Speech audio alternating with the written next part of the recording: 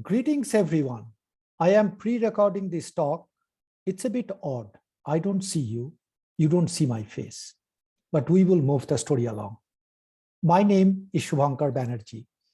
I'm speaking to you today from New Mexico, the traditional homelands of the indigenous Pueblo, Diné, Apache, and the Ute peoples.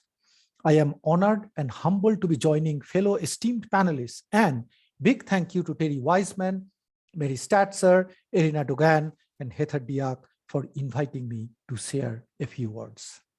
Forgive me, my friends. I hope that I will not disappoint you. Today, I do not come to you as a fine art photographer. I come to you instead as a tourist. No, I don't mean that I am taking pictures of tourists. I am the tourist.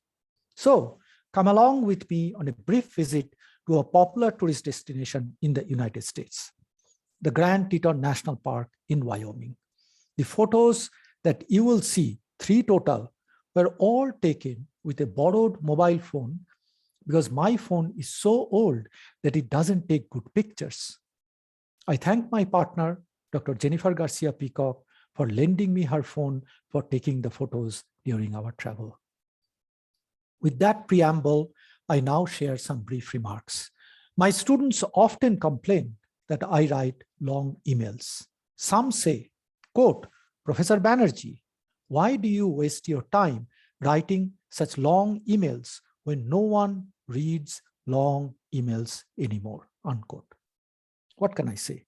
We are living in an era when the length of communication is measured in characters, not sentences, paragraphs, or pages.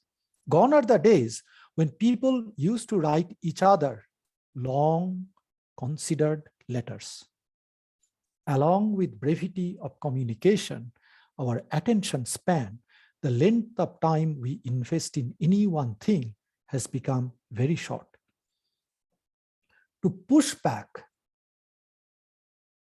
against the precipitous collapse of time in our communication and social engagements, I introduced a few years ago the concept of long environmentalism, which speaks of environmental engagements that last not days, but decades. That concept has found a good home in environmental humanities. Lately, I have been thinking how photography could also productively engage with time extended. By that, I don't mean making super long exposure photos like James Balog's wildly popular Chasing Eyes. I'm thinking about a different kind of photography and engagement. Let us begin with Decisive Moment, which was introduced in the 20th century by the late great French photographer Henri Cartier-Bresson. It seems to me that Henri was born in a wrong century. Imagine if he had introduced Decisive Moment in this century, how much more famous he could have become. The public of our time would frantically flip from one Decisive Moment photograph to the next, to the next, to the next, intrigued and entertained, many going viral. Poor Henri missed out a great opportunity. While Decisive Moment is framed with time, the concept's primary purpose is raison d'etre, is aesthetic, to create a photograph that is visually appealing and intriguing with a key moment in time enabling in making such a photograph. The concept worked well during the 20th century. For our time, however, in the 21st century, when we are engulfed in the 2 most challenging crises of human history, biological annihilation and climate breakdown, both caused by human actions, we need to reconsider Decisive Moment and the entertainment, the intrigue, and even shock at times that comes with a photograph that was successfully made at a decisive moment. I humbly offer the idea of extended time. What's the difference between decisive moment and extended time? An analogy might help. Let's say you have 2 cousins. One of them is a lot of fun, extrovert, high energy, loves to party, while the other is an introvert, quiet and boring. But after a century of hanging out with the fun cousin, you realize that you were partying too much, drinking too much, were not sleeping well, and were often getting hangovers. Exhausted, you finally decide to spend a bit of time with the boring cousin, which would be like engaging with extended time. Slow down, wildlife on road. The photo is ordinary, the billboard is even worse. Not only boring, but also misleading. The speed limit on the road is 55 miles per hour. I was driving at close to that limit when I came across the billboard. There is promise, wildlife on road. I follow the instruction and slow down. I go 5 miles, 10 miles. I see no wildlife on road. I turn around, go 5 miles, 10 miles in the other direction. I see no wildlife on road. I imagine writing a postcard to the Department of the Interior complaining that their sign is misleading. There is no wildlife on road. I imagine they might respond like this: you have to spend a lot of time to see wildlife on road. I do so, and finally, I see wildlife on road. Elk and truck. Bam! I was trying to avoid my fun cousin, but she's back. Decisive moment. When you see a picture like this one, some of the questions that may come to mind would be, why did the elk stop on the road to give a dirty look at the truck and not continue on and cross the road to save its life? Was the truck able to stop just in time to avoid a collision? We are entertained. We are intrigued by the drama.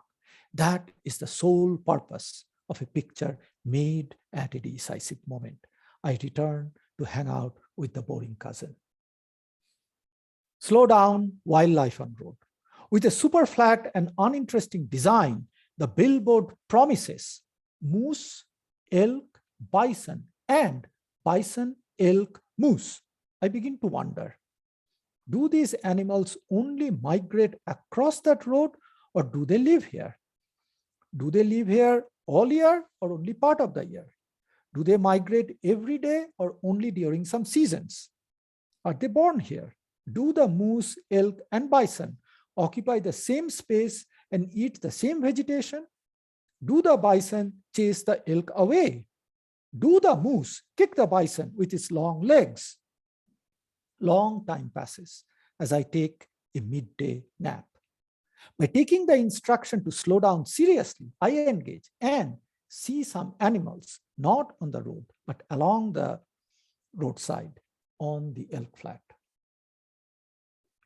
Elk and bison with babies. I see that the area is a calving ground of the bison, who are peacefully grazing with the elks. No one is chasing anyone away. No one is kicking anyone. If anything, one bison is giving me a dirty look, a warning. If you get any closer to get a better photograph with your stupid mobile phone, I will gore you, man. Bring a professional camera and a long lens next time. I hear the bison and retreat. Slow down, wildlife on road. While elk and truck and elk and bison with babies are entertaining photographs, slow down, wildlife on road is truly special. Now I'm thinking about democratic image. By that I mean any tourist would see what I see, no privileging of visuals. William Eggleston is famous for democratic camera. Not sure if I am suggesting the same or something entirely different, but let us move the story along. Here is a question. Which image that any and all tourists would see if they were not texting while driving? This one, not the other two, right? This is a democratic image which opens up varieties of considerations on the concept of extended time that urges us to contemplate important ecological questions that otherwise we may overlook or not consider if the image was entertaining, fun. Just a quarter mile or so from the slow down wildlife on road billboard is a named pull-out glacier view. There is not much glacier to view anymore, however, which we also witnessed in the Glacier National Park last month. Interestingly, the National Park Service is calling some of the pullouts in national parks exhibit. There is no pullout next to this billboard. I had to walk a bit to take the photo. I am not complaining, just saying that there needs to be a pullout here.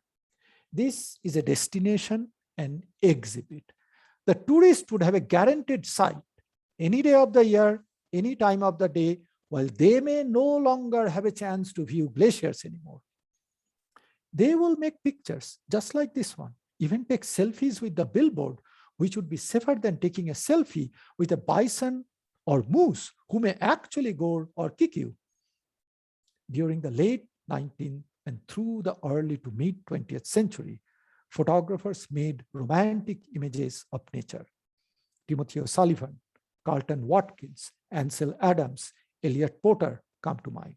Then, starting in the 1960s, photographers began to critique such romantic images from the yesteryears and made fun of overcrowding and recreation in national parks. Stephen Shore, Joel Sternfield, Thomas Truth come to mind. For our time, however, we can no longer either revel in romantic images or be disengaged critics throwing stones from the second floor of a historic palazzo in Venice. Our time demands engagement. Next year will be the 150th anniversary of the Yellowstone National Park. So I have been thinking a lot lately about that area. Situated just north of Grand Teton, the Yellowstone National Park was founded in 1872 and has the distinction of being the first national park in the world.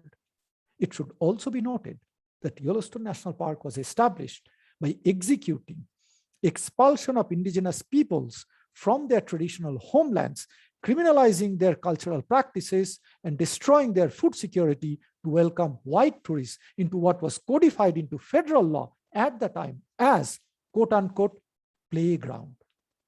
Erasure and crime marked the dawn of environmental conservation in the United States. In 2017, more than 300 million people visited national parks in the US, which included indigenous, Black, and brown peoples. We cannot ignore the significance of national parks in popular culture, including visual culture.